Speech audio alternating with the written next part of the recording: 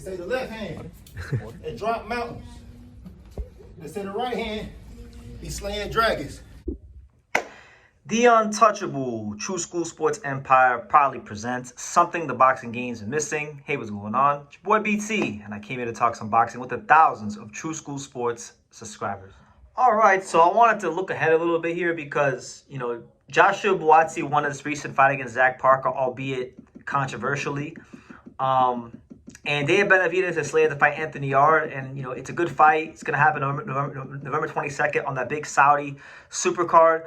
I don't think Anthony Yard is gonna beat Benavidez. So yes, I'm going to do what fighters are commanded not to do because I'm not the one fighting. I'm gonna look ahead because I think inevitably Joshua Buatsi and Benavidez is a fight that's gonna happen. Now let's talk about that potential matchup because really and truthfully, man, I like Buatsi. I had the honor I saw him quite a bit in his last training camp because I was out there in the Bay Area, at Virgil Hunter's gym with Yugo Osaki for training camp. So I did get a chance to see him work, and I got a lot of respect for him and how he goes about his business. I'm not gonna speak too much on what I saw because I can't, because I'll get in trouble because I signed a non-disclosure agreement. So I will honor the law of the land of the fine folks in the Bay Area. Virgil Hunter, Jeff Riel, and I won't disclose anything. I respect the gym. They treated your boy with respect and class, so I'll do the same back. But Buatsi in the Parker fight, so he didn't have a great performance. I thought it was very lackluster, to be honest. And it's making me wonder, is Buatsi ever going to realize and become the fighter that a lot of people, myself included, thought he could become when he entered the pros all those years ago? Because for those that don't know, Buatsi, he won a bronze medal in the Olympics. He turned pro, I believe the same Olympic class as Anthony Joshua. And after Joshua, I would say he was the British fighter who had the most expectations and hype thrusted upon him. And in the pros, he's shown flashes of who he could be, but it's just been a lot of inconsistency. He lost to Callum Smith, which to me was very damning on his career. It was a stain on his career. Zach Parker, I was looking for him to really show his level and have a great performance. He didn't have that. I'm not gonna lie to you. I don't think he lost the fight. I don't necessarily think he won it either. I thought Parker versus Buatsi was one of those fights where you have two fighters who don't really impose what they're trying to do on the fight. You got Zach Parker falling around everywhere, not really being effective with his aggression and in the boxing he was showing. You got Buatsi, who was unable to consistently render Zach Parker ineffective. He's letting Parker close the gap on him and fall over him, and he's kind of just letting the fight pass him by. So it was one of those fights where I thought a draw would have been fair, but Buatsi winning a close fight, that's not a bad result either, even though people think it's the worst robbery of all time. Zach Parker, you did not win that fight. You got to do more than what you did. Unfortunately, you didn't do anything. But he got the win. Sometimes in boxing, you got to win now, look good later. Sometimes fighters got to have a shitty performance, but just find a way to win. And I guess on that night, Buatsi did enough to win. So he said in the post-fight interview that he'll be watching the winner of Benavidez and Yard. I think it's going to be Benavidez, honestly. I know it would be great for Buatsi if Anthony Yard won because they have a lot of history, and I think it's a more winnable fight. And obviously, it would be a big fight for British boxing, but nah, man. Anthony Yard is going to get pieced up, and I think Benavidez will come out victorious. And when he does, you will get Buatsi versus Benavidez. Now, I'm going to keep it all the way a spade. I'm going to keep it all the way a buck when it comes to Buatsi. If he shows up anything close to what we saw against Zach Parker, he's going to get folded like a cheap suit. He's going to get folded like a blue steel chair. You won't need to worry about judges because Benavidez is going to stop him. I think Buatsi can be a lot better than he showed against Parker, and he's going to need to be. I looked at the reaches. I think Benavidez has about a 74.5-inch reach, and Buatsi has about a 74. They're pretty close in reach, so I think Buatsi's best way to win that fight, or just I don't even want to say win, because really I don't think he'll beat Benavidez. I want to say more so like his best chance to be competitive, because honestly, after what I just saw against Parker and what I just saw against Smith, that's back-to-back, lackluster performances that are under the standard that I expect of a guy like Buatsi. And truth be told, I got to maybe accept the reality that Joshua Buatsi may not be as good as I thought he was coming into the pros, truth be told.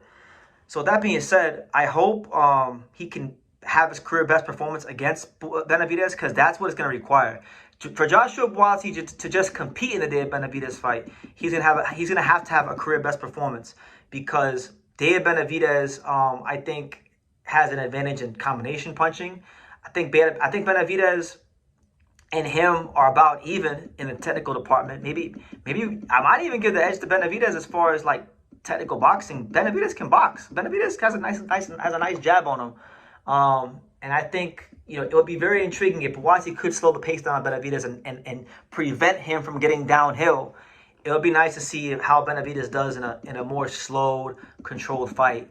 But he's the Mexican monster. He's gonna find a way to get downhill on you, and he's gonna become that premier volume puncher that he is. Now, what Buatsi has going for him, what I will say about Buatsi, what he does have going for him in the Benavidez fight, is the fact that Benavidez's punching power through what he fought Gvozdyk, and then he fought Morel, right? One guy that was older, one guy that was a blowing up 75-pounder or a 68-pounder, right? That being said, he hasn't had a knockout yet at light heavyweight. Maybe he will when he fights Yard. I think, Benavidez, for all the praise and for as highlights I do think about Benavidez, he still has some things to prove in light heavyweight division. And it's not a foregone conclusion that he'll stop Anthony Yard, even though I think he will. So one thing about Buatsi is he's very tough, and I think he's durable enough to take Benavidez a distance. But does he want to be great? Does Joshua Buatsi want to be great? Does he have it in the spirit to be great? Because what I've been seeing in the Smith fight, in the Parker fight, I haven't liked it. I'm seeing a fighter that's trending downwards. I'm not seeing that vicious, spiteful fighter I saw when he first turned pro. That I thought could become not just a champion, but a consistently dominant champion. I had those kind of thoughts of him early on in his career, and as time has went on, I've slowly began to pull back on those things. So it's a good fight. I think Buatsi versus Benavidez is a better fight than people think. But honestly, I think Dave Benavidez is a level above him. Honestly, and if he's not, look, if Buatsi's not, then he's gonna need to show it on fight night, because I'm not seeing it. I'm not seeing it. I'm waiting. He's one of these fighters. I'm waiting to see him break out and have that performance, but it hasn't come yet in his career. And maybe he's gonna need a fight like this against a guy like Benavidez to finally have it come all the way out in terms of his performance in the boxing ring. But yeah, I think Benavidez is gonna beat the brakes off Yard. But if he doesn't, I'll say this. If Benavidez loses to Anthony Yard, then wow, I will admit that I've terribly overrated Benavidez as a light heavyweight. And on top of that, I think it would be the greatest scenario in the world for Buatsi to get an Anthony Yard fight, potentially for a world title, because Anthony Yard and him have a lot of history going back some years. It's a big fight for British boxing, so that's what will be the winning scenario for Buatsi. But yeah, man, just really disappointed in what I've been seeing from him. And if Benavidez don't beat Yard, I'll be very disappointed in what I'm not seeing from him either, because I think at some point he's gonna need to show that he can fold these guys at light heavyweight, But thus far he's been winning against the guys he's fought. He's been winning by boxing a bit more and mixing his attack up. So when you move up in weight class, you can't always win the same way. You gotta change things. But I think Buatsi versus Benavidez has the makings to be a very interesting fight, only because of the fact that Buatsi, in terms of reach, is very similar to Benavidez, and he does have a lot of good experience in the amateurs and in the pros.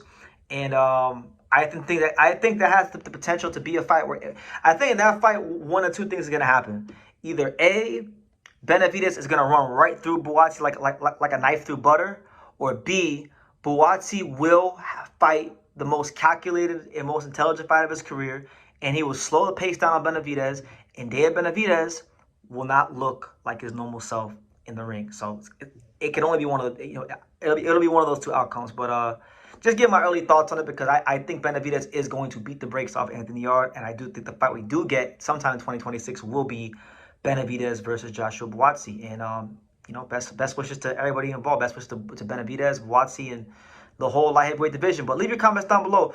What do you guys think? Am I crazy for even insinuating that Joshua Buatsi could be competitive in a fight with Benavidez? Like, or do you guys think, like, you know what, BT, like, Buatsi's better than he's showing, and he's going to be up for that fight? Leave your comments down below. Make sure you guys take the time to subscribe. And like I say in every single one of these videos, you can love me or you can hate me, but I'm just a kid from Dania. So until next time, take care, guys. Thank you for watching True School Sports. Thank you for watching another video on the untouchable True School Sports Empire, the home of boxing. We're on the road to 100,000 subscribers, guys. So help us keep being great. Help us keep pushing out that real boxing content for the fine folks all around the world. And make sure you jab, you hook, you Mike Tyson, you Mayweather that subscribe button. Pops, show them how do they gotta hit the subscribe button. Pop, pop, pop.